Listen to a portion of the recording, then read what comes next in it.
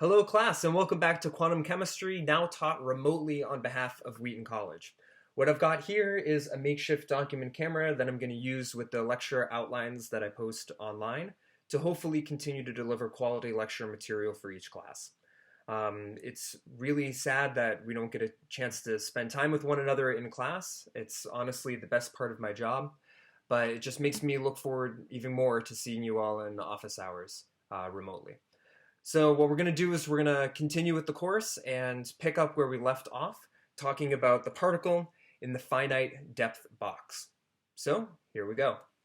So now what we're going to do is look at a particle in a box that has a finite depth, meaning that the walls of our particle in a box model are no longer going to have an infinite potential energy. And so why does this make for a more realistic model? Well, since we have a finite box, this allows our particle to escape. And particles escaping boxes and ejecting electrons is a very common phenomenon which we know as ionization. So if something loses an electron that's negatively charged, it becomes positively charged, and we've just created an ion. So this would create for us a more realistic model. So as we've done before, what we first need to do when modifying our model is to define potential energy. So inside our box, our new potential energy, V of x, is going to be equal to 0 when our particle has a position x that is between negative a over 2 and positive a over 2. So what is the reason for this? Well, our box is now going to look like this, where we have a negative a over 2 as our lower limit and positive a over 2 as our upper limit.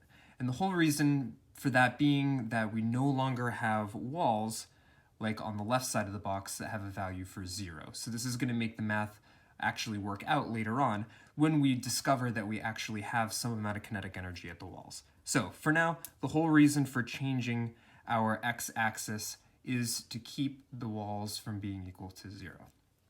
So outside the box, we now have V of x. Our potential energy is V sub naught. And that's for any position that is less than negative a over 2, so anything that's over to this side, to the left, and a V naught for any position that is to the right of positive a over 2. So a potential energy is V naught for a position greater than a over 2. And V naught is just going to be equal to some amount of potential energy. So how this looks now for our new box is that inside the box, we have V of x being equal to 0. And that's the same as our previous model. We don't have any potential energy. Instead, what we have is just a whole bunch of kinetic energy. And when we are south of negative a over 2, we have a V of x that is equal to some amount of potential energy. And when we are in a position that is greater than a over 2, we have V of x is equal to, again, some amount of potential energy. And this some amount is not infinite. That's the big difference right now. So the walls of the box are no longer a potential energy that is equal to infinity, but instead we have a V of x. Our potential energy is less than infinity, and it actually has some amount of potential energy. So the result here being that our amplitude of our eigenfunctions is no longer equal to 0 at the box walls. So if you look back at any of our particle in a box models before, all of the wave functions all end up being 0 at the walls, and that is no longer true. So let's take a look at what our total energy looks like now. So we now have a total energy that's, as usual, equal to kinetic energy plus potential energy. And if we can rearrange for kinetic energy being equal to our total energy minus our potential energy. So inside the box, as usual, we have all kinetic energy, right? Our potential energy is equal to 0, so inside the box, we have all kinetic energy. And that is equal to energy minus potential energy, where our total energy is greater than our potential energy. And that makes sense because, again, inside the box, V of x is equal to 0. Now, outside the box. This is going into a region that is just beyond the walls. So outside the box is now over here. We have a potential energy now that is not infinite. So there is some amount of leftover energy, and it decays exponentially. In this situation, we have a potential energy that is greater than our total energy. As a result, when we look at an equation for our kinetic energy, that's going to be equal to total energy minus our potential energy. And if our potential energy is greater than our energy, our kinetic is negative. And that's kind of crazy. This ends up being an imaginary value for kinetic energy, which is why outside the box is considered a classically forbidden zone. So any place where you have moved beyond the box, we now, in theory, have a kinetic energy that is negative, and that would be imaginary, and it's considered classically forbidden. But in the quantum world, what we're going to find out is that what's forbidden classically is not necessarily forbidden in the quantum world. So let's take a look at exactly that. So in this picture here, what I've written out ahead of time are our new looking wave functions inside the box. So they look slightly different than before, but that's just because our center of the box has shifted and the walls are going from negative a over 2 up to positive a over 2. And so here's the cool thing now. So if we look at the dotted lines being sort of the 0 point of each one of these waves, being right at the midpoint, at the walls, there's still some amount of kinetic energy. And this is the part that decays exponentially once you've gone beyond the walls. So we start with some amount of energy, and then the second we go beyond the wall, it quickly decays down to 0. But there is still some amount of kinetic energy at the walls that's not equal to 0. On each side, it does the same thing. It starts with some amount of amplitude and then decays. But big difference from before is that the amplitude is not 0 at the walls. Okay, so let's take a look now at the Schrodinger equation and how this looks inside a finite depth box. So inside the box, again, we have our Schrodinger equation. So our Hamiltonian operator working on the wave function produces an eigenvalue and an eigenfunction. And so if we bring in the value for our Hamiltonian operator, acting on our wave function is equal to e times psi, we see that the second derivative with respect to x of the wave function is equal to negative 2m times energy divided by h bar squared times psi. So we can rearrange for the second derivative of the wave function to see what that is equal to, right? No big deal. The thing to draw our attention to is the fact that here, that sign is negative. And to remember that once we're inside the box, any leftover energy is converted into kinetic energy. So we don't have any potential energy, so our total energy is kinetic energy. Now, outside the box. We can use the same equation. The second derivative with respect to x of the wave function is equal to 2m times energy divided by h bar squared times the wave function. But now, here is the difference.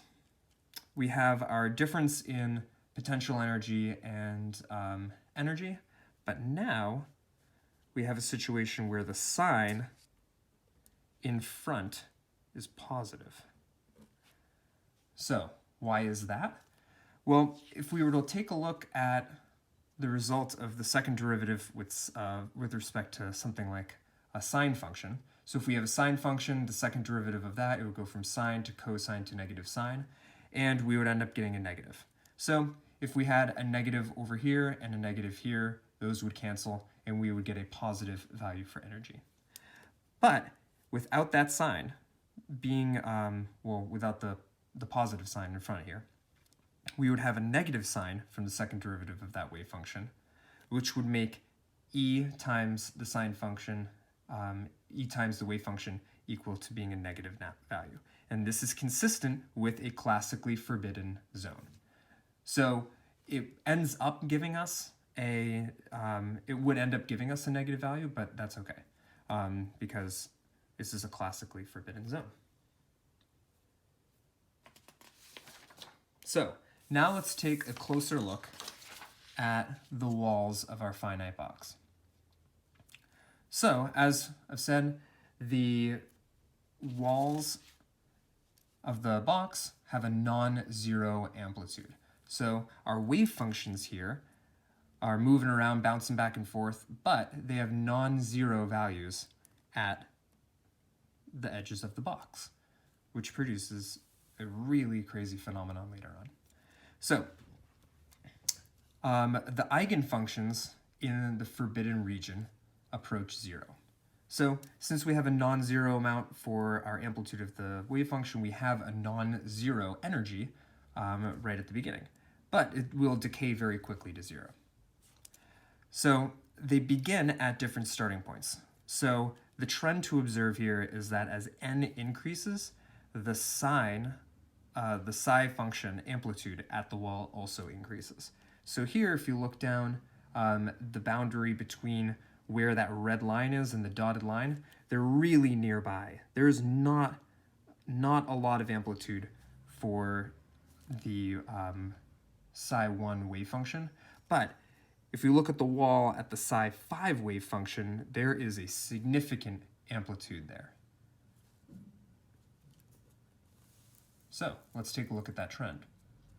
So outside the box, which is another way of saying at the walls of the box and beyond, we have psi1 of x is a very small amplitude, right here. If we were to square that, we would get the probability, and that would be a very small probability. So this means that for our n equals 1 energy level, there is a small probability of any amount of amplitude for that wave function existing outside the box. So if we were to consider this to be an actual atom, if we had 2 electrons in n equals 1 for that wave function, that would be something like helium, right? So that would be 2 electrons in our first energy level, that would be helium, and that is really an unreactive molecule. However, if we jumped up to our 5th wave function, that has a significant amplitude. And when we square that, that gives us a significant probability. And so if we had 2 electrons all the way up into that energy level at n equals 5, that noble gas would actually be xenon. And even though xenon is a noble gas, it is not unreactive, which is a little strange. So xenon difluoride is an actual molecule that exists. And so if we made a central atom xenon and attached 2 fluorines on it, we have 2 electrons right in the immediate vicinity around xenon. Xenon is a noble gas, so it has 8 core electrons, which means we're missing 6. And what's really cool is that xenon has this trigonal bipyramidal geometry, except at the end of each one of these lines, instead of atoms, we have lone pairs. So there's the actual molecule of xenon difluoride, where you have 2 atoms and 6 equatorial electrons wrapped up in lone pairs.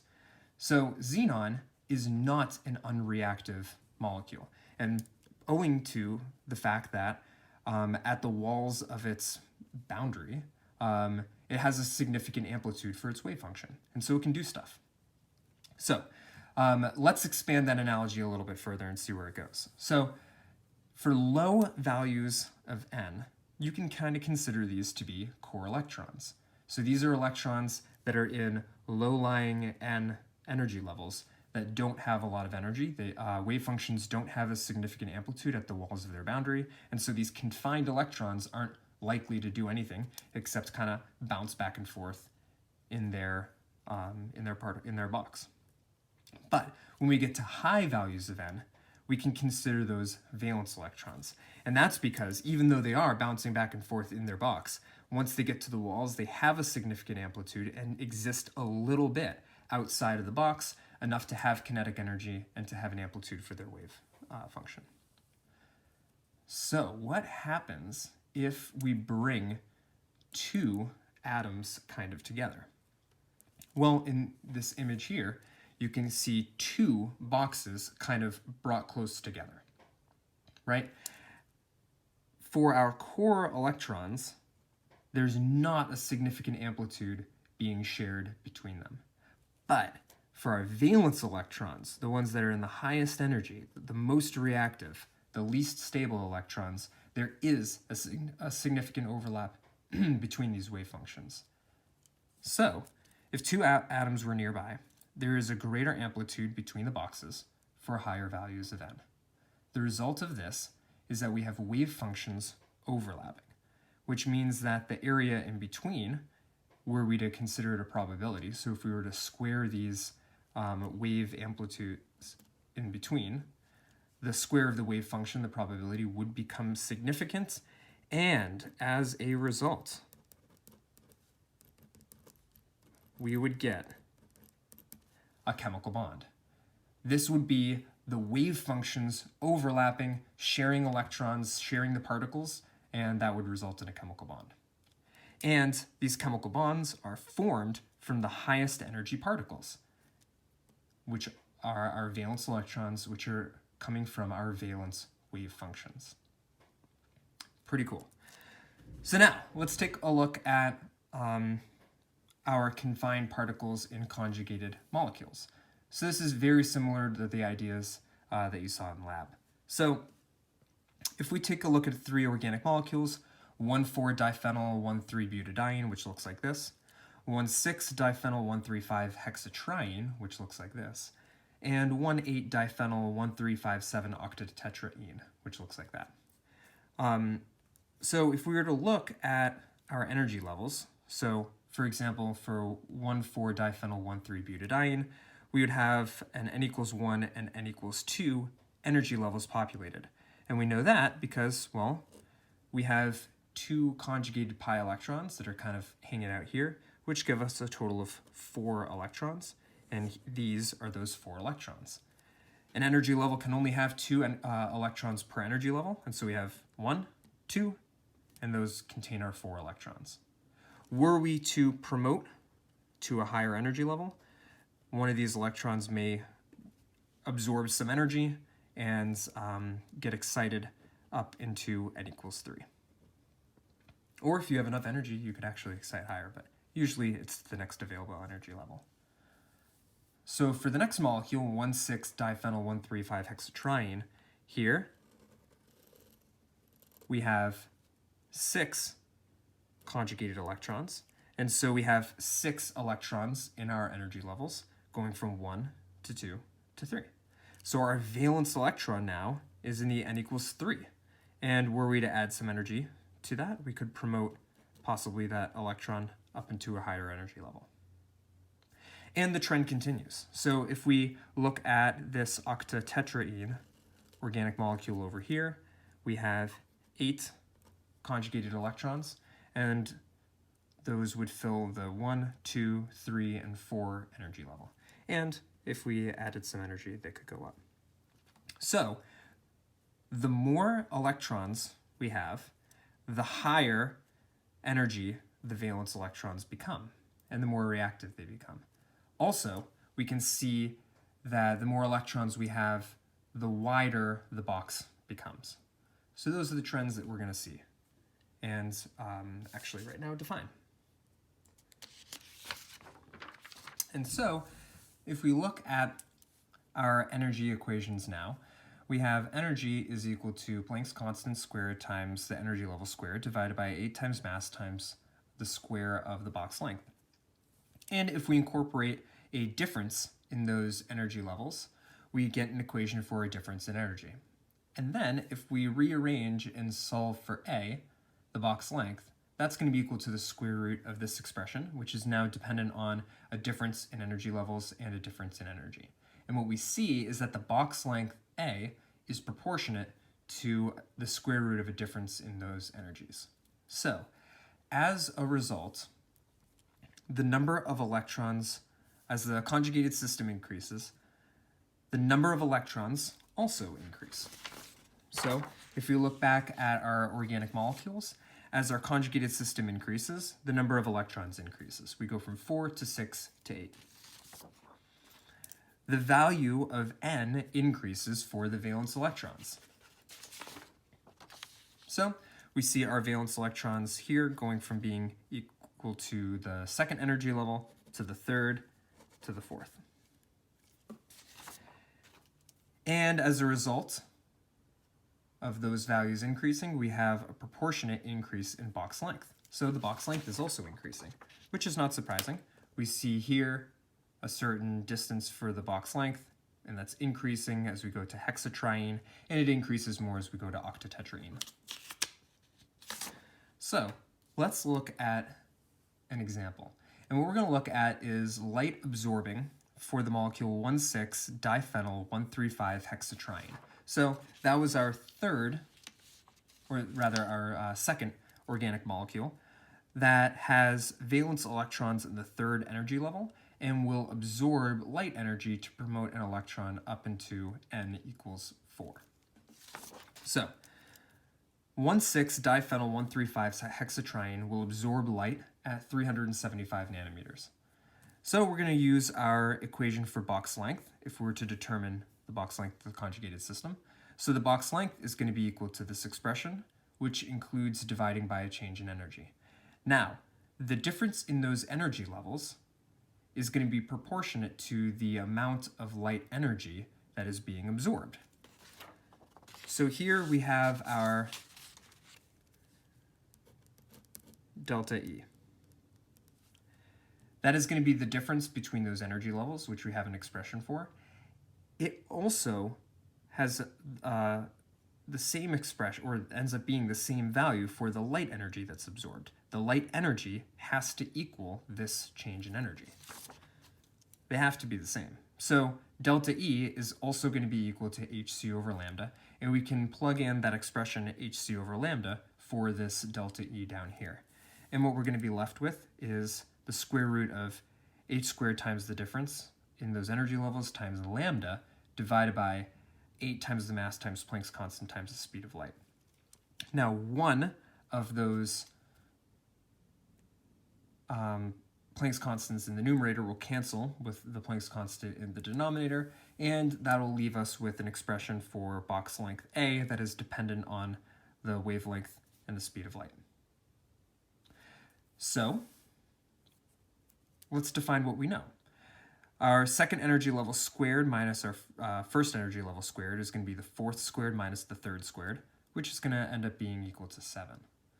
The light that is absorbed by that energy gap, delta E, is going to be 375 nanometers, which is equal to 375 times 10 to the negative 9th meters. Remember, we have to get everything in meters. And so if we plug in all of these values for A, we get an expression that looks like this. Planck's constant times 7 times the light absorbed, the lambda max in meters, times 8 times the mass of an electron times the speed of light. And so if we do all of that math out and keep track of our units, we have 1.739 times 10 to the negative 39 in the numerator, 2.185 times 10 to the negative 21 in the denominator. Our kilograms are going to cancel. Seconds to the negative 2 will cancel with seconds to give seconds to the negative 1. And then seconds to the negative 1 in the numerator will cancel with seconds to the negative 1 in the denominator. And 2 of the meters cancel, and all we're going to be left with is meters squared. And so if we do that math, we will find out that A is equal to the square root of 7.96 times 10 to the negative 19th meters squared, which equals 8.92 times 10 to the negative 10 meters, which we can then convert into picometers. And so the box length in picometers is 892.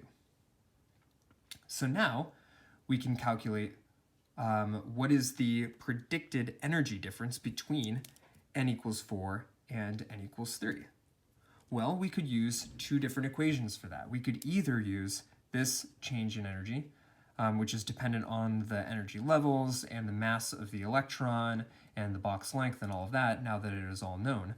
Or we could more simply use the light energy, because the only energy that can be absorbed by this gap is light energy that has that energy.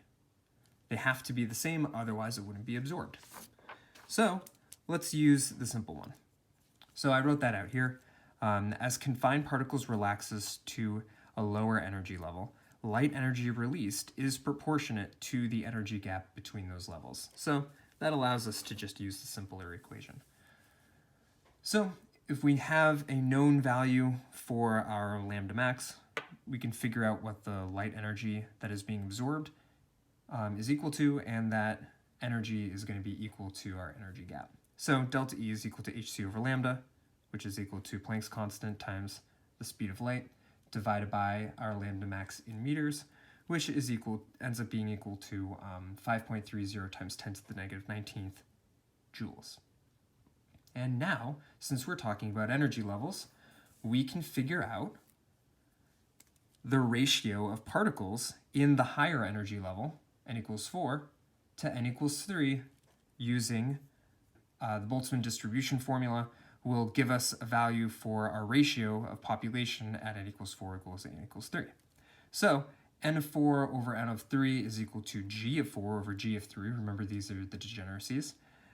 Times E raised to the change in energy divided by Boltzmann's constant times temperature. Remember, this is the Boltzmann distribution formula. So for each energy level, since they only have 2 electrons at most in those energy levels and they're all single energy levels, G is going to be equal to 2. So G4 over G3 is just going to be equal to 2 over 2, which is equal to 1. So thankfully, our degeneracy is 1. That simplifies things. So our ratio of populations at the 4th and the 3rd energy level is going to be equal to 1 times E raised to that energy gap divided by Boltzmann's constant times our temperature, 300 Kelvin. So if we do the math out, we'll discover that N of the 4th energy level divided by the 3rd energy level is going to be E raised to the negative 127.9, which is equal to 2.768 times 10 to the negative 56.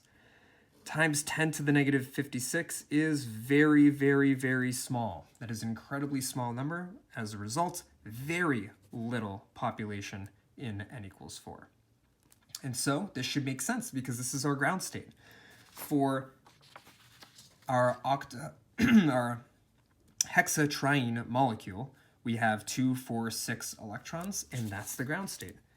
2, 4, 6. We have very, very, very small amount of population in that highest energy level. Basically, there's nothing up there at 300 Kelvin. We would need a lot more energy in terms of thermal energy or light energy to get any significant population up there. And so that is the ground state.